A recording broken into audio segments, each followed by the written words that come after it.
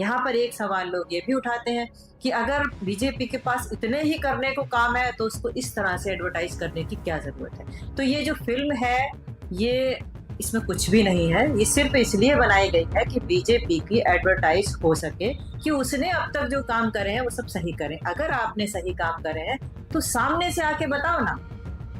अगर आपको लगता है कि आपने 60,000 करोड़ रुपया फेक करेंसी पकड़ ली वहां से, तो आपको सबसे पहले आके बताना चाहिए था कि भाई देखो हमने 60,000 करोड़ करेंसी पकड़ी है, नोटबंदी हमने इसलिए करी थी। सारी बात तो आप बता देते हैं, यहाँ तक कि आपने पुलवामा के जो लोग शहीद हुए थे उनके नाम पर भी आपने वोट मांग लिए, उन्हें भी नहीं छोड़ा।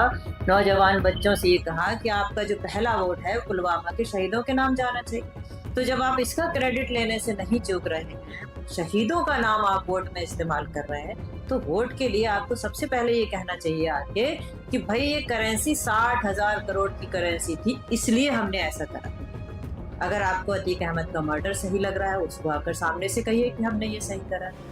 आपने उसमें इब्राहिम दाऊद को दिखाया तो दाऊद बीमार पड़ा है, वो कह रहा है अरे भैया ये जब से चाय वाला आया है इसने बड़ा मुश्किल कर दिया।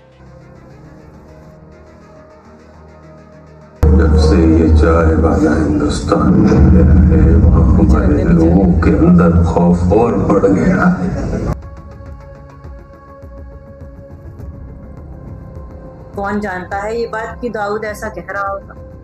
कहीं पर कल्पना है और कहीं पर आपने चीजों को, तथ्यों को फिल्मों से जोड़ दिया। बहुत ही बुरी कंडीशन है ये फिल्मों की कि फिल्में भी बीजेपी ही बनवा रही है। ऐसा कभी नहीं हुआ अपने भारत के इतिहास में। और अगर ये सब होते हुए देखते हुए लोगों को अच्छा लग रहा है तो ये आपके ऊपर है। आप इस कमेंट में जरूर लिख कर बताइए क्या इस तरह से फिल्मों का बनना सही है या गलत।